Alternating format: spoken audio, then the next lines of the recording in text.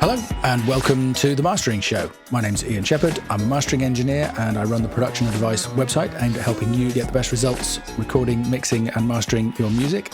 And with me as always this week is John Tidy from reaperblog.net. Hi John. Hello everyone. Hi Ian. Hello. And this week we are doing another question and answer episode. We haven't done one for a while and we've had some good stuff coming in from you guys via email, via YouTube comments, on social media. And yeah, it's good to answer some of those questions sometimes. So, John, what's the first question? First question comes from Kohop.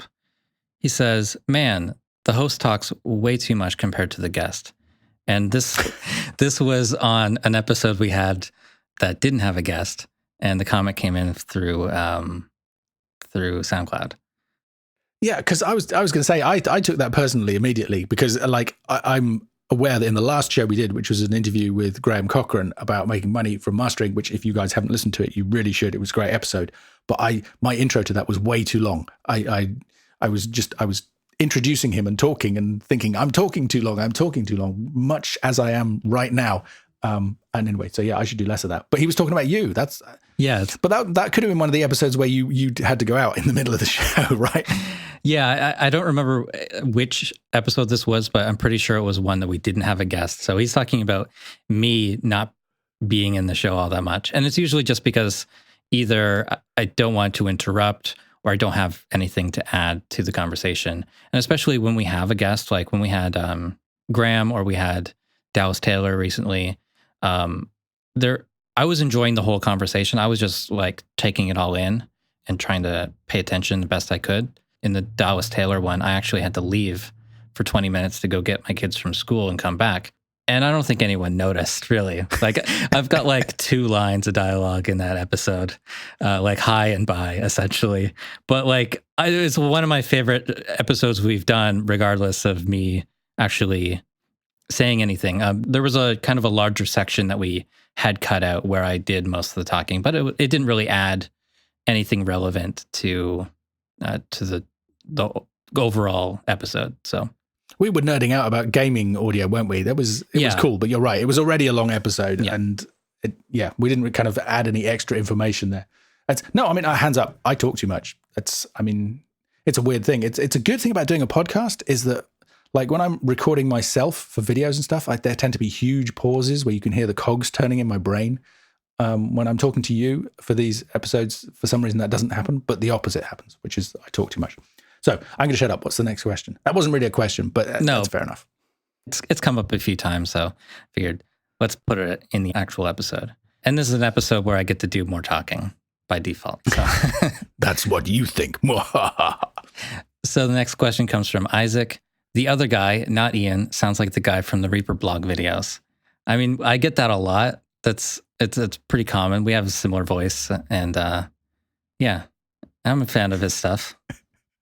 I see now they mention it. They're absolutely right. You sound almost exactly like him. Yeah.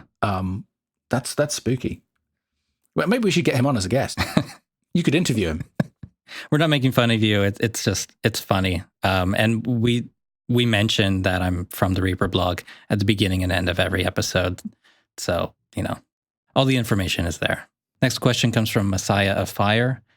How dynamic is too dynamic? I find myself deliberately jumping from -20 LUFS to -14 LUFS to really make a metal section jump after a folk section.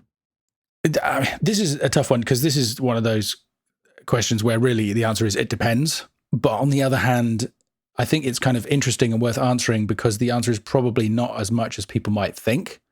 So to take a really extreme example, I did a video recently about the Billie Eilish song Zanny, talking about whether or not it was mastered too loud. But one of the interesting things about that song is that the chorus sections are much, much louder than the really softly spoken. Billie's thing is this kind of really close mic'd, really softly singing style. So there's this dramatic contrast, and it's huge to the point where if you're in the car and you don't have it cranked up that much, you probably can't hear some of the stuff in the verses, some of the really quiet sections. And I think it's something like 8 dBs difference there.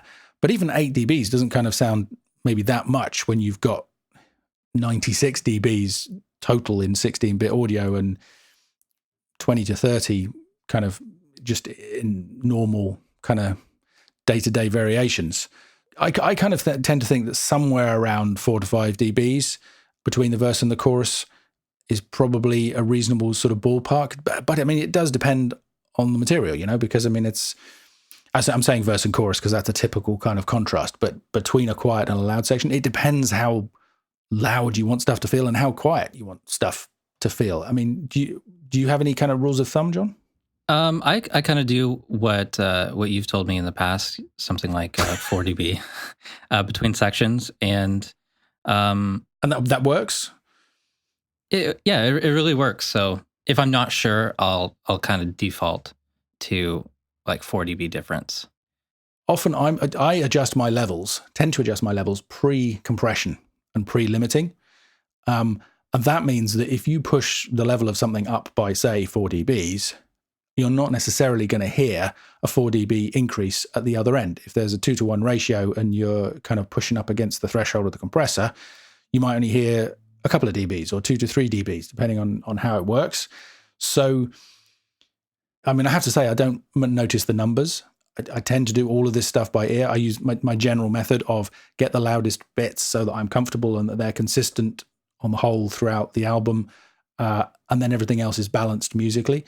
When I have paid attention, it tends to be somewhere between 3 and 5 dBs, usually, I would say. And even, that kind of complication of, okay, you might be controlling the gain prior to the dynamics processing. That shouldn't matter too much on a quiet thing, because that's probably not going to hit the compressor at all if there's a large gap between. Yeah, that's true. But I was going to say, I mean, it all depends what the compressor settings are. If you have higher ratios, or maybe you have a much gentler ratio and the threshold much lower, so that it's kind of just generally all being squashed a little bit. That's going to, again, it's going to be different. So yeah, I think that is a real, it depends situation. But I think it's worth bearing in mind that kind of, I would say 8 dBs. I mean, that's I find that contrast in the Billie Eilish song surprising. I think it's quite a brave artistic choice. I really like it, but it doesn't work that well for me in the car. My car stereo is not that great, and the car's pretty noisy, or the road surface is pretty noisy. So, but the thing with that song, if you like, the only thing you can really do is turn down the loud part to even that out. Because if you just bring up the quiet part to 6 dB below the loud part, it's going to bring up noise and things, and it's not really going to it's not going to sound as quiet. It's going to sound like something that was quiet turned up with all, Yeah. I mean, it's an interesting question. I mean, I think if I was mastering that, I would probably have experimented myself. Maybe they did, maybe they've already adjusted that balance and that's what they decided they wanted. I mean, certainly would have a slightly different artistic effect. I mean, but I guess my point is with that song, it feels like an extreme, right? It feels like a bigger gap than we're used to in kind of mainstream pop. So just in terms of a benchmark, if you kind of have in your head, well, 8 dBs is, I'm going to be doing something slightly unusual that people are really going to notice. And then, I mean, if you've only got 2 or 3 dBs, it's probably not that much of a difference to kind of make a significant contrast. So then you're left with the kind of range we're discussing. So yeah, maybe that helps. Next question comes from Chris. As I'm using mostly the clip effects slot on Wavelab to process each song, and I have the clip envelope set up pre-effects so that I can automate the levels into the compressor, I'm wondering if it would be easier to export the processed songs and then do tops and tails separately on a separate project, maybe the one used to create the DDP, or simply do as I have been doing so far, which is spend ages adjusting the fade-out curve until I like how it sounds. That's a fairly long question. Yeah. Hopefully that makes sense to people. I mean, it is something that I do exactly the same as Chris. I have, the nice thing about Wavelab is you can drop effects directly onto each song individually. So you can have them all lined up in the timeline. Then you have a separate master section where you can have maybe the limiter and kind of metering and stuff. So you can have individual settings for each song. They move around with the song if you decide to change the order or tweak stuff. It's a really flexible way of working. But If you like to be able to automate into the compressor, which I do, then as Chris says, you have this situation where maybe if the compression is working reasonably hard and then you want to do a long, slow fade, if you use automation to do that, the input level to the compressor will decrease as you fade out, and therefore the sound of the song could change. I do the same as Chris. I just mess around with it until it sounds right. Every so often I get a situation where I can't get a result that I'm happy with, and in that case I would print the compressed version so that I can do the fade post-processing. But it's one of those things that I've thought about in theory. Maybe a handful of times it's bothered me, and the rest of the time I kind of feel like, life's too short. Yeah. And I do a similar thing in Reaper. Most of the time I do have the effects on tracks rather than on the individual items. It's just the way that I prefer to work. You can do it both ways in Reaper, can you? Yeah. So you can have the effects on the items. I don't like that because sometimes you need to do like slight edits, timing edits or anything, and then you have to duplicate the effects chain. And if you want to make a change in the different chunks of audio, you have to do that in multiple things. That gets annoying, but there's a lot of professional mastering engineers that do it that way regardless. Anyway, I usually do my fades with the item fades rather than like a volume envelope, which is technically wrong because that's before the compressor, but very rarely does it make a big difference. Unless you're fading out something that's very loud all the way to the end of the track, and you have that compression, that fade is going to be before the compression. Mm-hmm. The proper way to do it is to do with the track volume envelope. So you're fading out with the fader or on the master track. Most of the time, it just makes no difference at all. Yeah, I agree. And you're right. The problem situation is if you have really heavy compression, particularly right the way up, and you want to fade over the top of it. But I find that tends to be quite rare. I think the other point I was going to make is that, and Chris said this, we sliced it out of his question to make it a little bit shorter, but he's saying he's only doing a few dBs of compression, and I'm the same. So usually when the compression is pretty much, I guess, almost invisible, you don't notice it so much when it goes away. I think the change in level takes our ears' attention more than the change in the dynamics processing that goes along with it. Mm-hmm. So now I'm saying that there have been occasions where I have noticed this happening. So it's not a kind of cast iron thing. And possibly I'm making excuses for myself to make my life easier just because it's a hassle to have to. I don't like baking in the processing because I love to have the ability to tweak stuff right to the kind of final point. Sometimes, even when I'm like previewing gaps and well, yeah, tops and tails, I might suddenly go, oh, actually, I want to, I'm going to tweak that EQ slightly, or, something there is not quite right. And I like having that flexibility right up to the last minute.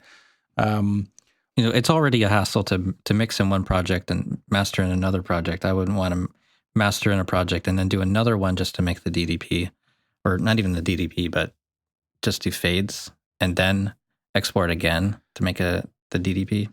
No way. Yeah, I mean, there are some people who do that all the time. Like lots of pro mastering engineers will play out from one DAW through an analog processing chain and record into another one. Mm-hmm. And I mean, if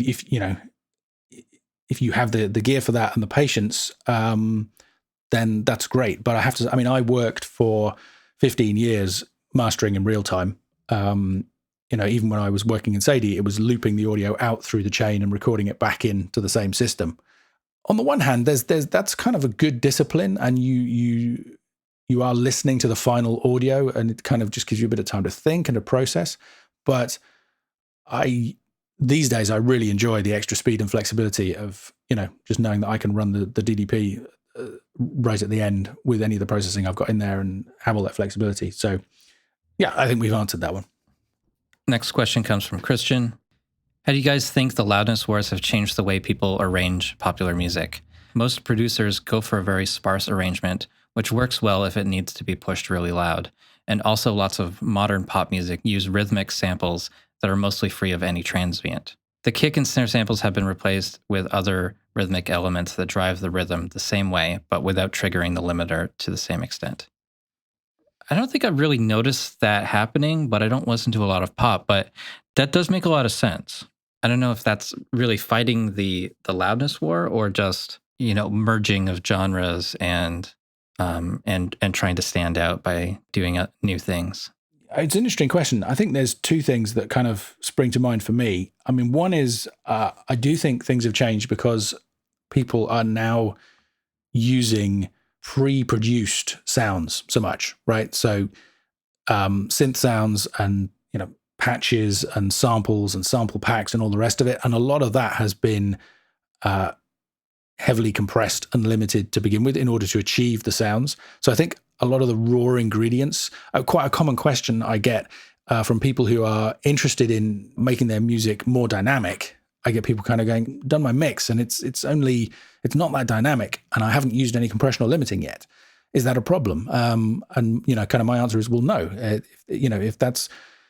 If the raw ingredients that you built your song from weren't super transient to begin with, and you like the way they sound, then it's all good, and it doesn't matter that there's not that much peak to loudness ratio. Whereas back in the day, everything would be recorded acoustically. Even if you were using a sampler, the chances are you probably, I guess some people were sampling other records, but lots of people were sampling kind of real sounds to begin with. And those could have been pretty dynamic to start with. So that's one thing.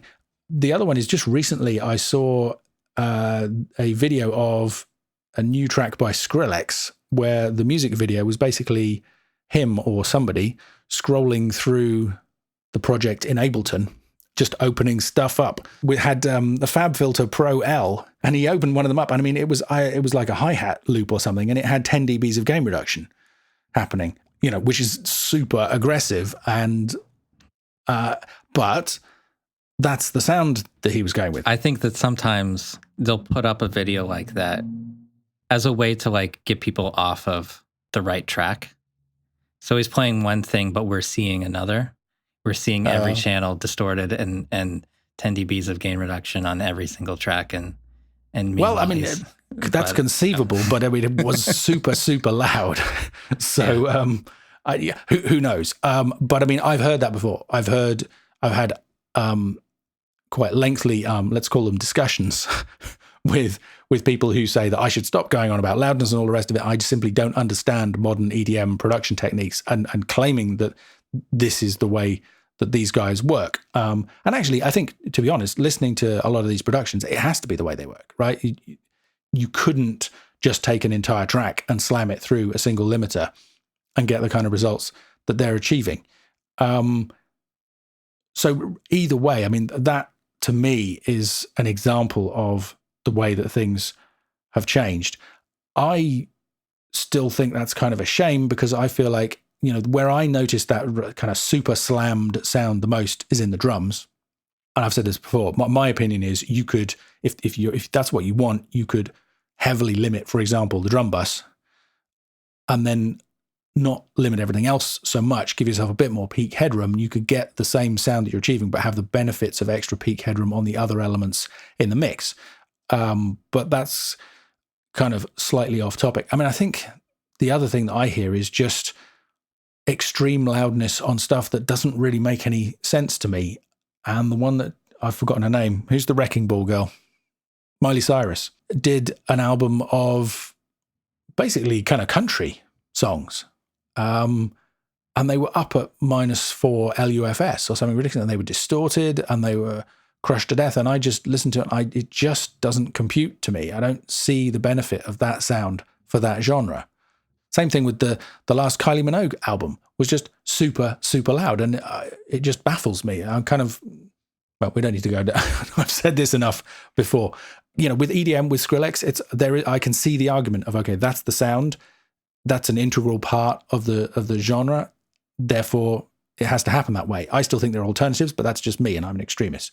But, kind of poppy folk country music or just straightforward pop, it's weird. Anyway, I haven't noticed so much the rhythmic elements being replaced. I mean, that's something I feel like has been happening for a long time, is people using unusual instruments to make the rhythm tracks, certainly since people have been using drum machines.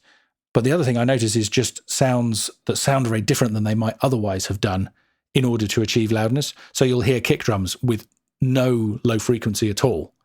And that's sometimes a production decision. If you've got a really deep subby bass, then if you put a deep subby kick in there as well, the chances are the two are going to fight each other. So you probably have to choose one or the other and shape the tone to make those two work together.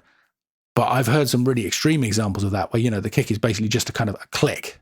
And I'm convinced that that's been done because loudness was the goal at some stage in the production rather than melody or anything else.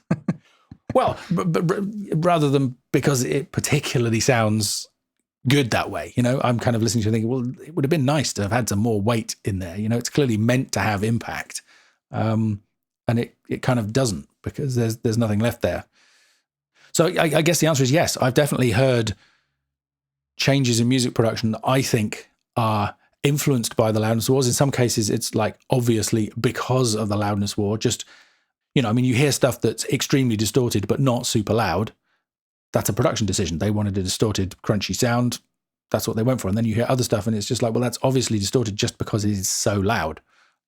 And the kind of the super, super dense production style where everything is full tilt the whole time, is kind of new, I think, and certainly comes from the processing that is intended to achieve loudness, even if it's not a kind of a deliberate decision in somebody's head. But I also think everybody everywhere just thinks they need it loud. It's just kind of this mindset. I mean, again, there's people criticizing my perspective on all of this, saying, oh, you're telling people the wrong thing. If people follow your advice, they're not going to be able to achieve a contemporary sound. They're going to lose work, all the rest of it. And I kind of feel like, well, that might be true, but I feel like I'm 1% of the information that's out there, and all the rest of it is basically just saying you need to slam it, and here's how. The next question came from YouTube. This question is from Kamacat Fly. Could you give some tips for, quote, mastering audio for Twitch streamers? How loud is enough?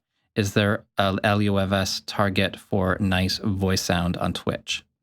I haven't watched a ton of Twitch, but it's online gaming streaming. So Mostly. It's people playing Fortnite or Doom or whatever, but you can also hear and probably see the person playing at the same time. So yeah, sometimes it's just kind of stream of consciousness. Sometimes it's a tutorial, sometimes it's a speed run or whatever. So yeah, that's a really interesting question because I haven't looked at Twitch, so I genuinely don't know. I watch quite a bit of it. Okay. And there's definitely like good sounding streams and bad sounding streams. The volume difference kind of evens itself out, I want to say, because the audience gives live feedback on if it's too quiet or too loud or distorted or whatever it is. I would say that a similar loudness to a podcast or something like that would be a good starting point, at least. So something like -18 to -16, -14 at the loudest momentary. That would be a good target. It shouldn't sound distorted or even sound compressed, but it should be clean noise floor, like use noise reduction, use gating. You can do those things live on through OBS. You can load plugins through there. So, but there's also the balance of your microphone versus the people that you're playing with, your teammates. That needs to come in through at a similar level. There's the gameplay audio, the music in the background. If you're doing sound effects, if you have alerts for new subs and things like that, all those things need to be balanced. I see pretty much every streamer every single day, the first half hour or so that they start their stream, they're tweaking those levels. So it's something that's constantly changing. But basically the starting point of trying to get good, clean dialogue at a level of about -18 LUFS integrated would be a good starting point. It's interesting. I mean, that was going to be my guess. Spoken word in general, once you start getting up into the kind of -14 region, you're getting that kind of super compressed sort of FM radio style sound to the voice, which I think that works kind of okay for short bursts of DJ stuff. Sort of interspersed with music. But I think if people are talking for a long time, it's like we experimented in the early days of this podcast with going a bit louder. and it just it starts to get a bit exhausting, I think. I find that with a lot of other podcasts as well. Yeah. If it's just going for loudness, like mastered music loudness, it's like, no way. Oh yeah, absolutely. I mean, it's a little tangent, but if you have a mix of voice and music, typically the voice wants to be probably 3 dBs quieter than the music to get the balance to sound about right. I've actually was discussing this recently and measured some BBC radio broadcasts just out of interest, and found that was pretty much exactly what they had. But yeah, even then the voices are going to be right up there. And I think for longer form content, less loudness is better. But it's interesting what you were saying there, that actually the key thing really, I mean, rather than the overall loudness, because I mean, most of these streams will be, I'm guessing, sometimes hours long. Yeah, I see people going for 12 hours. Oh, wow. 12 hours. Okay. I had no idea it was that epic. But yeah, it's going to be the most important thing is going to be the balance between the different people on the call and the audio of the game itself, so that you can hear enough to kind of have the atmosphere and any in-game dialogue and any of that kind of stuff without it drowning people out or kind of deafening people. So, and lots of games tend to be pretty dynamic. Yes. Yeah, so we had Jay Fernandez on as a guest in episode number 27 talking about audio for games. I think it might be Sony, but he definitely said that one of the big gaming companies had made the decision to go with -24 LUFS as the same as the broadcast standard for loudness. So that's a ton of dynamics available in a game. Then you could have a situation, I guess, where if you were trying to combine that with vocals yourself, if the voices were at -18, you might then have to bring the game audio up and use extra limiting. So yeah, definitely a can of worms there. Mm-hmm. It's kind of cool that the audience are giving people feedback on what they're hearing, and it kind of improves iteratively as the broadcast goes on. But it would definitely be nice. I mean, I know that myself. I've done the occasional webcast where things haven't been quite right, and I always prefer to check that stuff beforehand if I can. And I guess that's a quick and easy way to appear slick. It would be to do a quick sound check before even if you just streamed it privately to somebody somewhere else in your house or whatever it is, to check that the levels are getting through as you expected. Yeah, there's a lot of people on mobile and TVs, and there's just a wide range of environments that people are in as they're watching. But it's a really cool platform. No, well, it's an interesting. I remember kind of hearing people talking about it before it had really gone mainstream, and just kind of think to myself, are people really going to do that?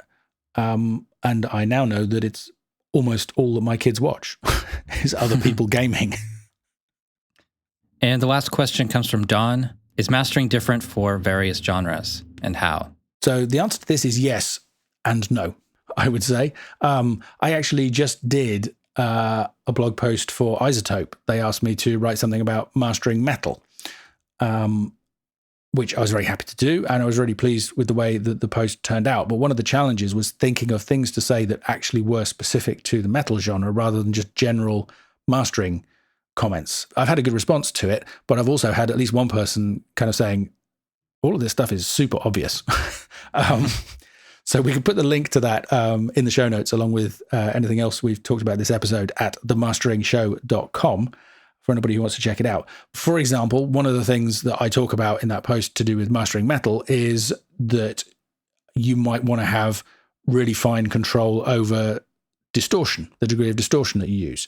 There's one of the videos in the Home Mastering Masterclass course that I offer on my website talks about the track. It's a metal track, and my feeling about it is that it's just actually too clean. It's recorded super clean, and I just feel it needs a little bit of extra kind of edge and grit and some slight subtle distortion to it to give it that kind of aggression that the sound kind of seems to need. Now, that's something that I might consider for it. It's not actually that necessary, if I find, for metal often, because a lot of it comes in with tons of distortion on it anyway. But if it, in a situation like that, it's definitely something that I would consider. Personally, that's not something that I would ever do, for example, in folk or acoustic music. I mean, we were just talking about how you do hear those genres with plenty of distortion in the sound, but I tend to feel that that's more of a creative decision at the mix stage rather than the mastering stage, unless the client specifically requests it. Again, with something that's intended to sound super aggressive and super dense, like EDM or metal, you might go for much more aggressive dynamics processing than you would on more natural sounding acoustic genres. What springs to mind for you, John? I tend to use things like parallel compression more on like acoustic stuff where I have a hard time bringing up to like the competitive level, I would say. Sometimes the stuff is just so sparse that just turning it up to, and hitting the limiter makes it sound distorted. So I'll use parallel compression to kind of bring up the overall level and kind of make it a little bit denser without really adding distortion and things like that. But it's really hard to do that with metal because it's already so dense. And so maybe you're using transient shaping or something to like increase the transient attack and stuff that's been already obliterated through the mixing process. With rap, it's sometimes that is just a vocal on top of a pre-made beat. And so that requires a different strategy often. So, but the tools are basically the same regardless. You need a good loudness meter, you need EQ, a limiter, and some sort of compression. Maybe a single band compressor and a multiband, or, whatever your favorite tools are there. But they're pretty much going to be used in the same way. And maybe there's a couple tricks here and there that are different. But again, one metal band is different than another. So, yeah, I mean, that's another one of the things I go into in the article is just, I mean, metal in particular is an incredibly diverse genre. So in some ways, it's like mastering metal. Well, I mean, you could have as much variety in there as you could in any other genre of music. But yeah, I think the other thing that I feel is that, yes, there may be differences between the genres, but they just tend to, it's in response to the material. For example, in something like pop or R&B or rap, you probably want a really upfront bass sound, for example, something that might sound overblown if it was in an acoustic. Typically in acoustic music, you're not going to have a kick drum that kind of just shakes the room. I still like to feel a little bit of sub, but it's just a question of degree. But that's not a kind of hard and fast rule. In fact, just springing to mind is a folk album I did a few years ago where it had exactly that. It had just had a pounding kick drum all the way through. And I actually kind of queried it with the client, was like, and yeah, that was the intention. So, rules are made to be broken. And in some ways, that's where it gets interesting, is where, a sound that maybe people don't expect is used, and you get those kind of crossovers. So I think there are, kind of broad generalizations. For me, if I'm mastering jazz, say, I probably don't push the levels quite as hard as I might in other genres.